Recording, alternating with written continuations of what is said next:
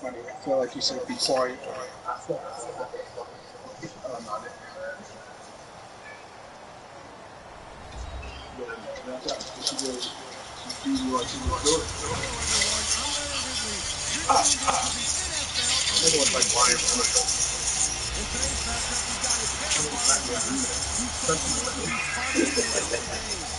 Brown Steelers going up against Edelman's Patriots.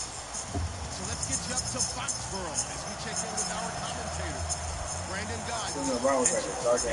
Thank you very much, Larry. We are here on a beautiful afternoon for football. Today, we're set for a good AFC matchup between the Pittsburgh Steelers and the New England Patriots. I know he was still present, that's all I know. But I know he like made a game to where they teams have to at least interview a minority for a head coach. Yeah. I think that's so many times. He's got one of the most prestigious families in the NFL. Oh my God. He's coming. Coach is going to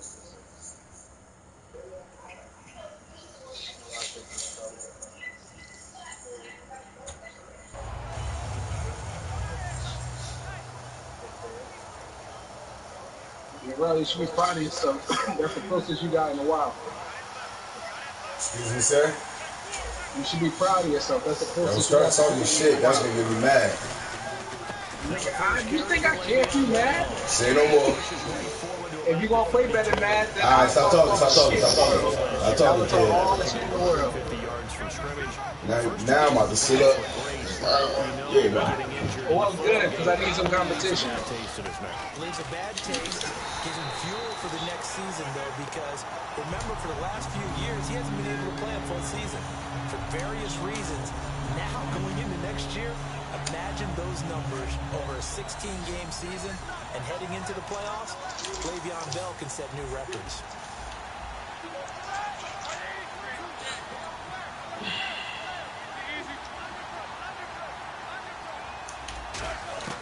From the gun on third down, it's Roethlisberger. And he's got Rodgers. And he's going to have the first down at about the 38. Would it be safe to say that as precise as routes are supposed to be run in the NFL, maybe they're not quite as precise in college ball? That's accurate, yeah. And I think we saw a college route in the NFL there. Just find the soft spot, find the dead zone, and find the first down. And that's what he just did. And he'll be taken down, but not before he gets into enemy territory. 12 yards there as they move the chains. And that's how you get started and open up a game. Really well-blocked play. Picked up a nice chunk of yardage. If you're the offensive line, that's exactly what you talked about all week long in your meetings. Establish the line of scrimmage and take control. And they gave their running back plenty of room to rumble. On 1st and 10, it's Roethlisberger. Eluding the pressure right. And his throw is incomplete. Antonio Brown, the intended receiver. And it's 2nd down. Offensive starters time. Electric is certainly a word that comes to mind when you talk about Le'Veon Bell. Love the way that he reshaped his body coming out of college. A bigger, thicker runner while he was at Michigan State. Lost weight, became more of a whippet in the NFL, and now no one can tackle the guy, whether he's running it or catching it.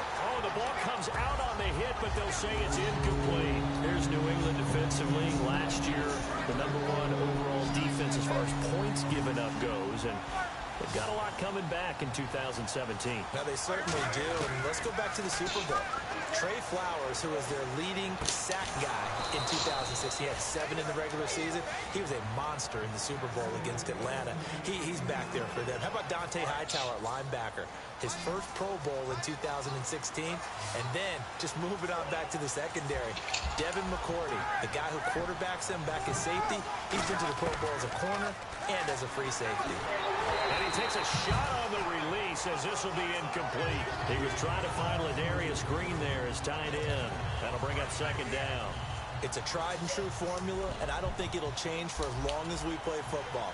If someone's trying to throw the ball and you can put pressure on them and make it tough, that's only going to help your defense. Yeah, he's since being hurried. He got rid of it before taking the hit, but incomplete. It's a loss of 2, now 3rd down. Well, that was well defended, and as a cornerback, what you're taught when you see a wide receiver screen, either you get underneath the play before the blocking forms, or you're going to have to fight your way through it by getting through some blocking. That was a really nice play there. So a defensive brain lapse there and an encroachment penalty. Sometimes when you don't watch the football and make sure that it's snapped, you're watching the offensive player, and they can influence you occasionally and look like they're getting ready to move, and the officials don't detect it. And it looks like we've got a dime set here defensively. 6 DBs in the game.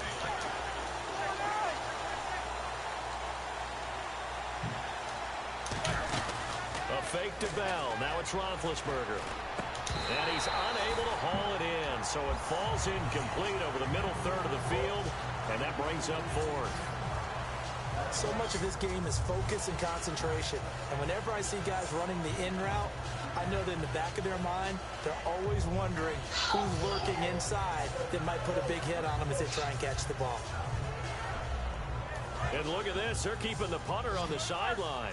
They're going to go for it here on the opening drive.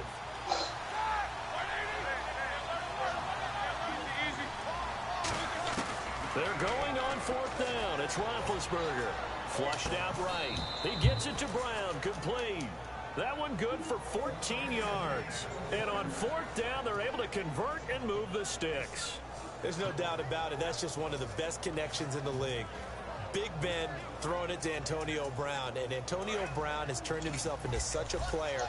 A low-round draft pick, but you can't beat his determination or work ethic. And Big Ben welcomes that. And Big Ben won a Super Bowl at 23, youngest ever to do so, has never looked back.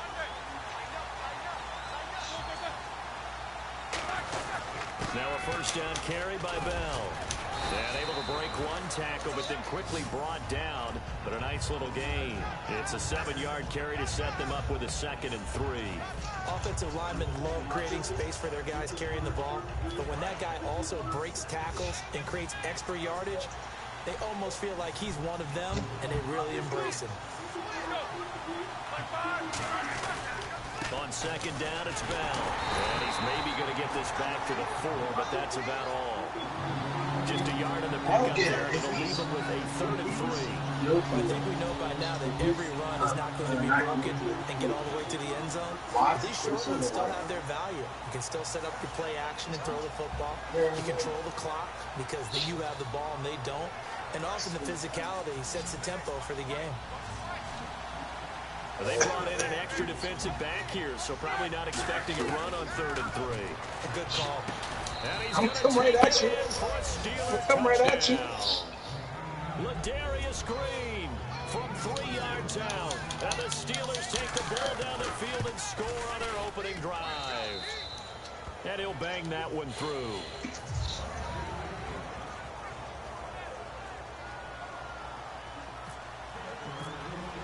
Boswell now to kick it away after the touchdown. Danny Amendola on the return.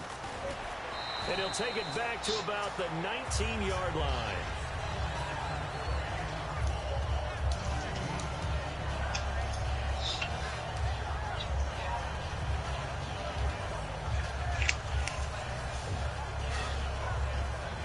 And just one tick to go, so this will obviously be the final play of this first quarter.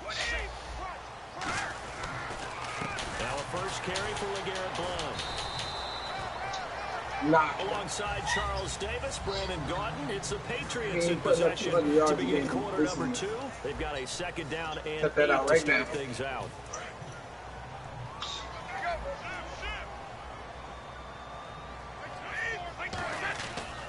They'll run again with Blount. And he will find his way forward to about the 23-yard line. And LeGarrette Blount just does not go down easy. You know, from my experience as a defensive back, this was a difficult guy to try and tackle because of the force that he runs with and He's not going to be daunted no matter it's the first quarter or the fourth quarter, Brandon. Well, what shocks me about last year, 18 touchdowns. I mean, the yards were pretty good, 1161. But when I think of New England, I don't think of a running back getting 18 touchdowns. You know, that to me, it was the combo that made the 2016 season for him.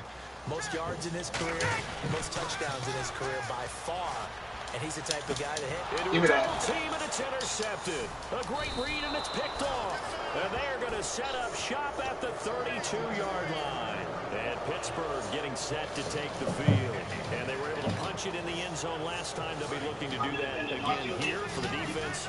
Obviously, they'll be looking to stop them from punching it back in the end zone. It always is punch-counter-punch, isn't it? And which team has the advantage? Let's just go back. Last time on offense, they rolled downfield, get into a good rhythm. You can see a little more bounce in and out of the huddle. You can see the sideline really get into the game. So defensively, you're thinking to yourself, how do we take that away from them? How do we get the advantage back? Let's see what they come up with. I think pressure is always the first way to go.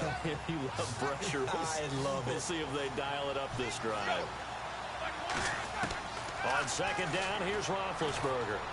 On the right side, caught by Green.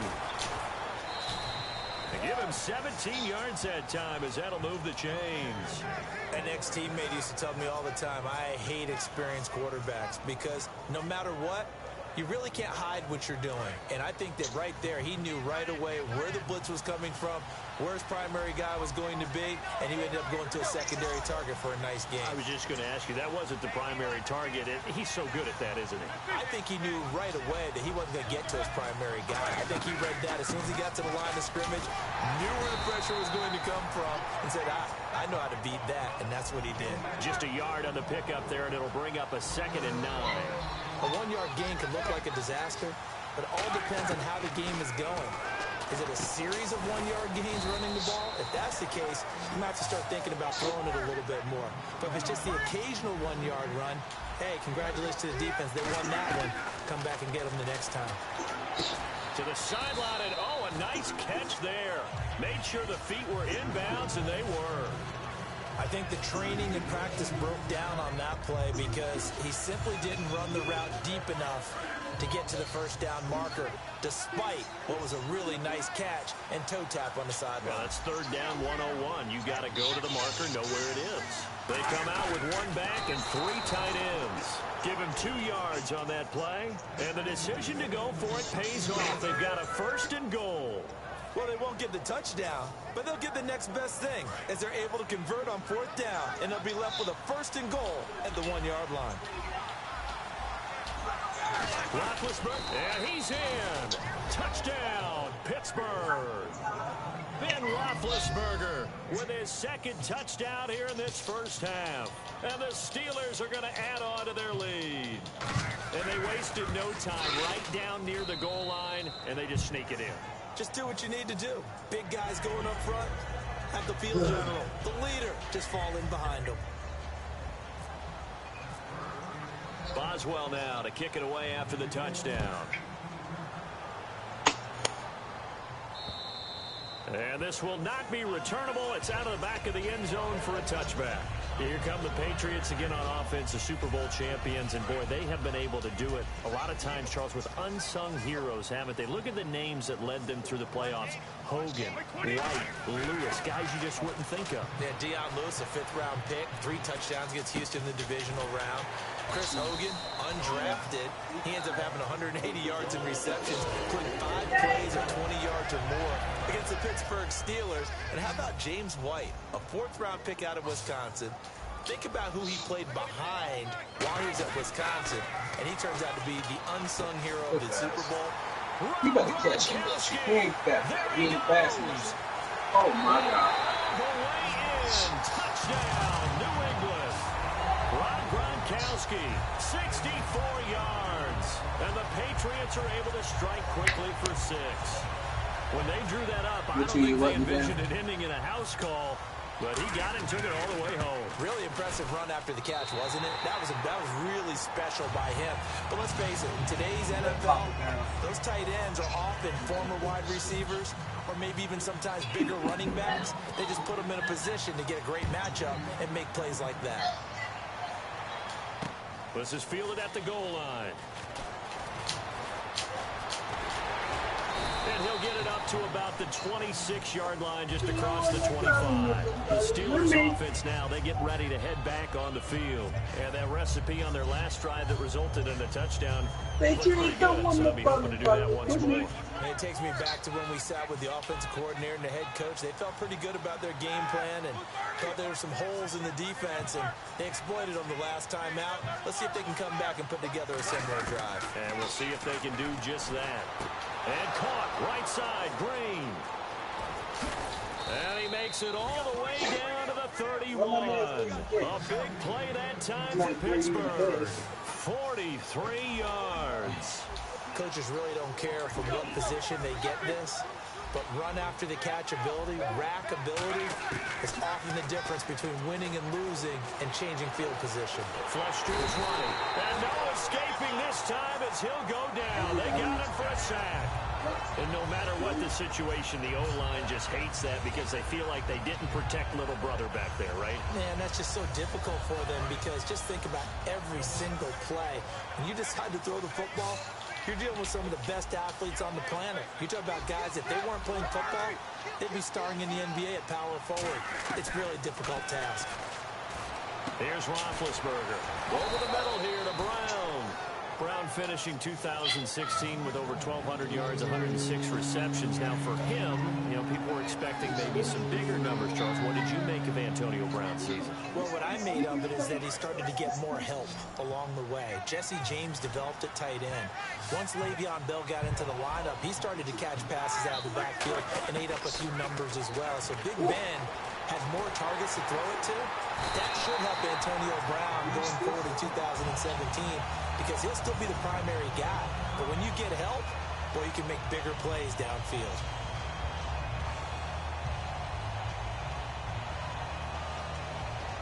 So on fourth down, the Steelers call on the number. Now whistles come in. We're going to get a timeout here by the offense. It's just their first, so they'll have 2 remaining here before we get to halftime.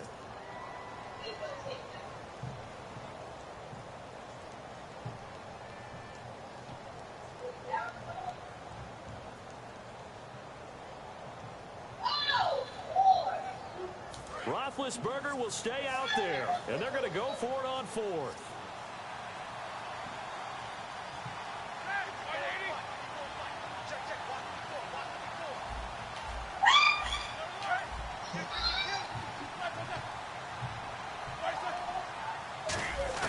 They'll try and throw for him with Roethlisberger, escaping the pressure right.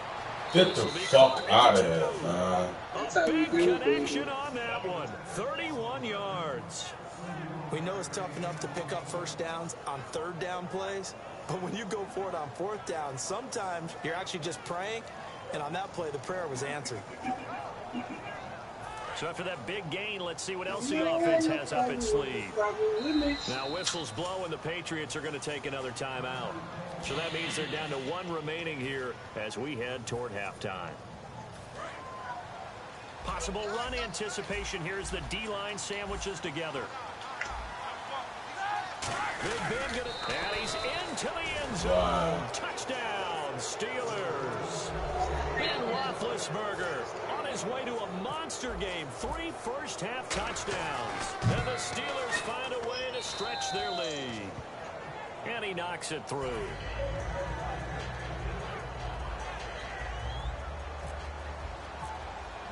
Boswell now to kick it away after the touchdown. And that'll carry over the back line of the end zone for a touchback. Okay, partners, New England comes out here to take the field on offense. This is such an interesting story, how they've been able to do it year after year after year. Guys talk about parity in the NFL. Well, New England has kind of transcended that parity, and they've done it with guys that you don't normally think of as household names. The parts keep changing for New England. That's the amazing part. On offense, all right? Offensive linemen change, receivers change, running backs change. We know the one constant is Tom Brady, and that's a huge deal for them. But to be able to do it in what you call the parity times, and you're exactly right, everyone's supposed to be pretty equal. New England still a top 10 offense year in and year out. In 2016, they were number 4. And that helped them with the #1 ranked defense as well. Sure, that pass was incomplete as they made an attempt to get a big one downfield. But that's okay because the second part of that is if you don't get the completion, at least you've told the defense you're trying to stretch them out a little bit, and they may have to change accordingly. So they're still at the original line of scrimmage here. 2nd down and 10. The final shot before half for Brady. He's going to try and go deep again. In a double coverage, and it's intercepted. Picked off by Mike Mitchell. So 2 quarters down, 2 remain. Charles and I return after the break. Welcome back. Charles and I settled into the booth, ready for quarter number 3.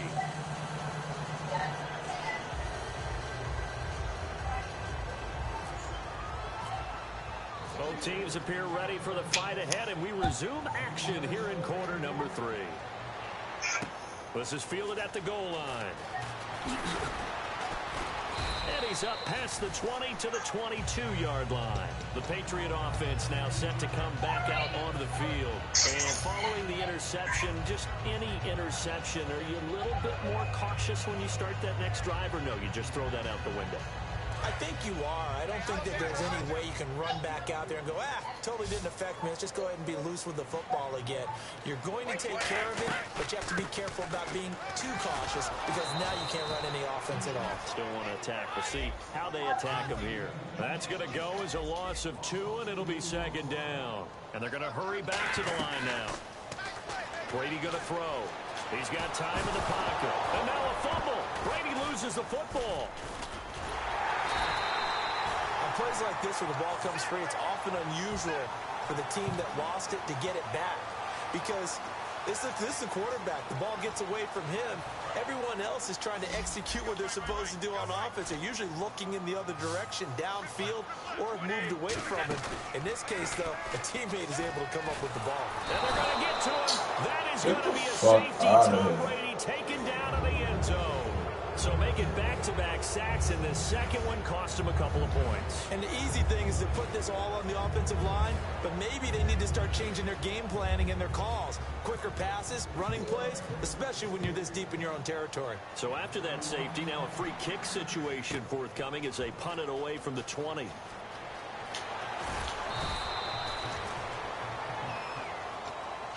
And Pittsburgh getting set to take the field.